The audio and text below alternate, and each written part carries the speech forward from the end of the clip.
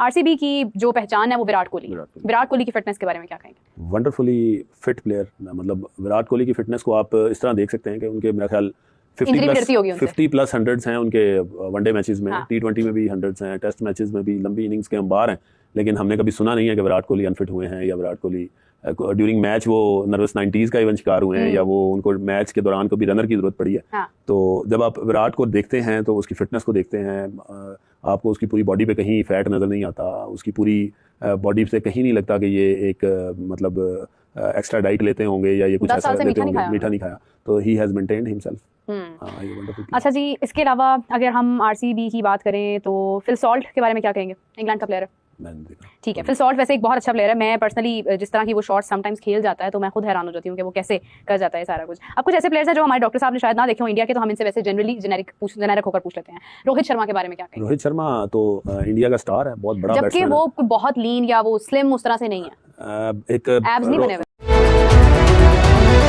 रोहित शर्मा का एब्स बेशक नहीं है, रोहित शर्मा का एक क्लिप वायरल है, अक्सर रील्स में चल रहा होता है कि वो फ्रंट फुट पे फील्डिंग में खड़े होते हैं दायरे के अंदर, तो एक शॉट लगती है, वो बॉल को पकड़ने के लिए जाते हैं तो उनका शोल्डर जो है ना ये डिसलोकेट होता है। अच्छा। वो उस शोल्डर को दोबारा से ऐसे करके चढ़ाते हैं और वो अपनी फील्डिंग और अपने वापस अपनी जगह पे पोजीशन पे आ जाते हैं। तो थिंग्स डिपेंड्स अपॉन के आमतौर पर यहाँ शोल्डर डिसलोकेशन अगर किसी को होने लग जाए तो उसके लिए एक नाइटमेयर होता है।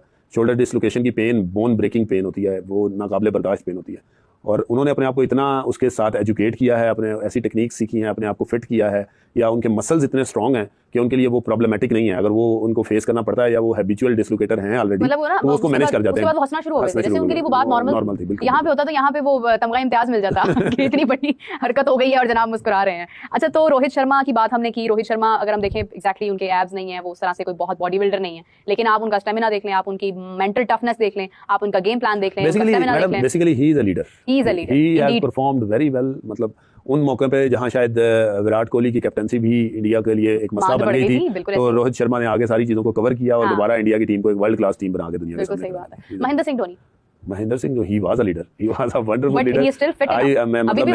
मैंने जो अपनी क्रिकेट मतलब मैंने 1999 से क्रिकेट देखना शुरू की, और पाकिस्तानी स्टार्स के बाद अगर कोई हमारा फेवरेट प्लेयर था जो ये 90s की एज के लोग हैं जिन्होंने महेंद्र सिंह धोनी को देखा है, तो वो तो उन सब का स्टार है। मतलब वो उसका जो स्टाइल, उसकी जो चीजें हैं, लोग उसको फॉलो करते हैं।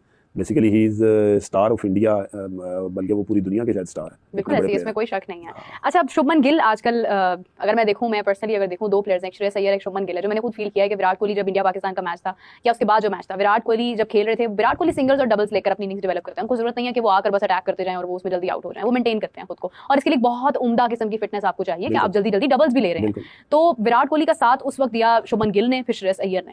तो ये दो अभी नौजवान खिलाड़ी हैं इंडिया के। शुभमन गिल की बात करूंगी, शायद आप जरा थोड़े वाकिफ होंगे उनकी फिटनेस से भी। विराट कोहली के साथ खड़े होकर खेलना किस बात की अलामत है? शुभमन की फिटनेस कैसी है? शुभमन की फिटनेस, जो एक नया प्लेयर आता है या जिस प्लेयर ने न्यूली टीम को ज्वाइन किया है, उसके लिए तो शायद फिटनेस इतना मसला नहीं होती, क्योंकि उसकी एज भी कम होती है। उसके लिए जरूरी होता है कि उसने अपनी परफॉर्मेंस देनी है। उसके लिए जो उसकी परफॉर्मेंस होती है वो शायद टीम के लिए जितनी जरूरी होती है उतनी उसके लिए खुद के लिए भी जरूरी होती है, जिसके लिए वो अपनी मैक्सिमम एफर्ट कर रहा होता है। लेकिन जो एक सीनियर प्लेयर होता है, जो लंबे अरसे से टीम के साथ होता है, उसके लिए अपनी फिटनेस को शो करना, अपनी परफॉर्मेंस को शो करना, वो शायद बहुत ज्यादा इंपॉर्टेंट होता है। तो उस इनिंग में भी अगर आप देखें तो उस इनिंग में जो मेन पिलर था वो विराट कोहली ही था, जिसने सिंगल डबल करके हमारी टीम को इतना एंगेज कर दिया कि उनको शायद गिल नजर ही नहीं आया कि वो भी अटैक कर सकता है। टीम का सारा फोकस विराट को आउट करने पे था और अटैक दूसरी साइड से होता रहा। शायद वो हमसे मिस हो गया या क्या हुआ।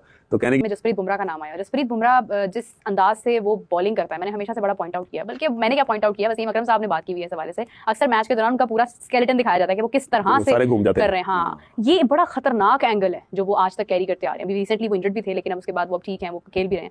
जसप्रीत बुमराह का जो एंगल है खेलने का, हाउ टफ इट इज? देखें, जो फास्ट बॉलर होता है वो अपने बचपन से बॉलिंग करता आ रहा होता है खास स्टाइल के साथ। हमारी बॉडी की फ्लेक्सिबिलिटी जो होती है ना, नेचुरल फ्लेक्सिबिलिटी, वो बड़ी मैटर करती है और वो बड़ी इंपॉर्टेंट होती है। तो जो प्लेयर्स अपने आप को फ्लेक्सिबल नहीं रख पाते, जो प्लेयर्स अपने बॉडी को ट्रेन नहीं कर पाते, उनके लिए तो डेफिनेटली मसला होता है। लेकिन जब एक खास एंगल के साथ आप पिछले 15 साल से या 10 साल से मूवमेंट कर रहे हैं, भाग रहे हैं, तो वो आपकी बॉडी के मसल्स उसको अडॉप्ट कर चुके होते हैं, आपकी बॉडी की बोन्स उसको अडॉप्ट कर चुकी होती हैं, आपकी बॉडी के सिस्टम्स उसको अडॉप्ट कर चुके होते हैं। तो उसको आपके लिए मेंटेन रखना या उसको चलाना खासा आसान हो जाता है, उतना मुश्किल नहीं रहता। लेकिन बुमराह का जो एंगल्स हैं, बुमराह की जो वो फिटनेस है या जो जिस स्पीड से वो बॉल करते हैं, तो वो शो करता है कि उन्होंने कितनी प्रैक्टिस की होगी, उनका कितना फिटनेस लेवल होगा, उनकी बॉडी कितनी फिट होगी, उनकी बॉडी कितनी फ्लेक्सिबल होगी, जिसके साथ वो एक दफ़ा सारे तकरीबन 60 के एंगल पे घूम जाते हैं अपनी बॉडी के अराउंड, तो डेफिनेटली हार्ड वर्क तो नजर आता है उनकी बॉलिंग से। तो अब साए साए करता हुआ स्टेडियम जो है वो हम सबको चढ़ा रहा है, और सबसे बढ़कर क्रिकेट बोर्ड को भी चढ़ा है कि आपकी जो भी मनसूबाबंदी है उसमें 100 कम रह गया, वो टर्न आउट है, पूरा टर्न आउट है। रहे हैं, अगर आपके क्रिकेट लोग टिकट नहीं खरीद रहे हैं तो आप कुछ ना कुछ तो उसका हल कर सकते हैं ना, क्योंकि वो नहीं हुआ और फिर अब वो स्टेडियम में लोग नहीं है तो फिर नहीं है। आप जबरदस्ती तो किसी को घर से नहीं ना ला सकते, बांट नहीं सकते हैं, तो ये करने की चीज़ है। अभी तक नहीं हुई है, तब तो वैसे मैचेस खत्म हो जाने कराची में, इस वाली जो मरहले के तो वैसे खत्म हो जाने हैं। बिल्कुल, आईपीएल एक बहुत बड़ी लीग है, क्योंकि डेफिनेटली मैंने कल भी इसका जिक्र किया कि 1 लाख करोड़ ब्रांड वैल्यू है आईपीएल की, और वहां पर एक बड़ी तादाद में क्राउड आपको हर जगह नजर आता है, ना सिर्फ स्टेडियम्स में बल्कि आपको अगर फैन पार्क्स में भी देखते हैं वहां पर आपको बहुत बड़ी तादाद नजर आती है। बिल्कुल एक त्यौहार की तरह लोग इंतजार कर रहे होते हैं। अच्छी बात यह कि आज भी वहां के लोगों के दिलों में क्रिकेट जिंदा है। हमारे क्राउड आपको वहाँ पर स्टेडियम में नजर आता है आते हुए। उसकी एक वजह ये भी है कि इंडिया की टीम की कारकर्दगी बहुत अच्छी है। माजी करीब में आप देखेंगे गुज़िश्ता 2-3 वर्षों में उन्होंने आईसीसी के जो टेस्ट चैंपियनशिप है उसका भी फाइनल खेला, वनडे वर्ल्ड कप का फाइनल खेला, चैंपियंस ट्रॉफी जीती, T20 वर्ल्ड चैंपियनशिप जीती। तो जब आप इस तरह से खेल रहे होते हैं और कामयाबियां हासिल कर रहे होते हैं तो लोग फिर आपको देखने के लिए आते हैं। तो पाकिस्तान टीम की कारकर्दगी मजमूई तौर पर उतनी अच्छी नहीं है, जिस वजह से जो अदम दिलचस्पी है उसकी एक वजह ये भी है, अदम दिलचस्पी की एक वजह ये भी है। ये नहीं है कि सारे के सारे ही आप ये कहेंगे सिर्फ इस वजह से नहीं आ रहे हैं, ये एक वजह है जो कि बड़ी वजूहत में से भी हो सकती है। तो उसी तरह ठीक उनके अभी भी मैच चल रहा है, एक उनका दिल्ली कैपिटल्स का, हाँ, तो अभी भी मैच चल रहा है, तो चल रहे हैं लो स्कोरिंग। ये वाला मैच भी 100 से कम रन पे हुआ है। इससे पिछले 1-2 मैचेस देखते हैं तो वहां पर भी 100 के मैचेस हुए हैं। तो ये डिपेंड करता है। 111 रन का टारगेट था लास्ट जब पंजाब किंग्स से खेला, तो उसमें भी वो हुआ नहीं था, उससे पहले आउट हो गया, हुआ नहीं, चेज नहीं हुआ था। पाकिस्तानी मीडिया इस बात से हैरान है कि मतलब इंडिया के ग्राउंड में इतने सारे दर्शक आ रहे हैं, हमारा खाली ही खाली जा रहा है। तो मेन परेशानी का कारण पाकिस्तानी मीडिया का ये भी है। पाकिस्तान की इकनॉमी के हालात और पाकिस्तान क्रिकेट के हालात दोनों एक ही जैसे हैं। अब कल बाबर और रिजवान इतने बुरे तरीके से उनकी टीम फेल हुई है, लगभग 110 या 11 रन पे आउट हो गए। मतलब लोग कह रहे हैं कि अब कितना लर्न कर लेने के बाद लर्न की आवश्यकता नहीं होगी रिजवान को। मोहम्मद रिजवान जो कहते हैं ना, या तो विन है या तो लन है। तो ये कितना बार लन है? लास्ट टाइम आपने कब विन किया था या कब विन किया था, ये भी आपको याद रखना चाहिए। जिस टीम का कप्तान कहे कि खाली लन ही लन है तो फिर विन तो कोई नहीं कर सकता ना। तो बाबर और रिजवान दोनों इतने बुरे तरीके से फ्लॉप हुए हैं कि आप समझ जाइए कि बुरा हाल है उन लोगों का। उनकी टीम ने एक भी मैच नहीं जीता है। उसके बाद भी अगर जो इतना कॉन्फिडेंस के साथ पाकिस्तानी मीडिया ये कहे कि हमें अपने टीम वालों का सपोर्ट करना चाहिए, तो समझ जाइए कि किस दिशा में वहाँ का क्रिकेट अग्रसर है। लेकिन वहीं आप विपरीत, वो लोग इस बात से कम दुखी हैं कि हमारी टीम परफॉर्मेंस नहीं कर रही, इस बात से ज़्यादा दुखी हैं कि इंडियन क्रिकेट टीम मतलब हर दिन एक नया कारनामा कर रही है। अब जैसे कल और क्या नाम वैभव सूर्यवंशी ने क्या बैटिंग की है, वो देख के लगा कि आने वाले टाइम का ये। वैसे तो आकाश चोपड़ा बोल रहे थे इसमें युवराज सिंह की झलक दिख रही है, सेम टू सेम, लेकिन हमें तो नहीं पता क्योंकि वो एक्सपीरियंस है। वैसे अब वो ऐसा बोल रहे हैं तो हम भी मान लेते हैं कि अगर वो युवराज सिंह जैसी बैटिंग कर सकता है तो आने वाले टाइम में सोचिए कितना ऑप्शन रहेगा इंडियन क्रिकेट टीम के पास, ओपनिंग से लेके मिडिल ऑर्डर से लेकर मतलब 6-7 नंबर तक। तो इंडियन क्रिकेट टीम एक अलग ही दिशा में अग्रसर है जहां पे आपको टैलेंट का भरमार मिलेगा।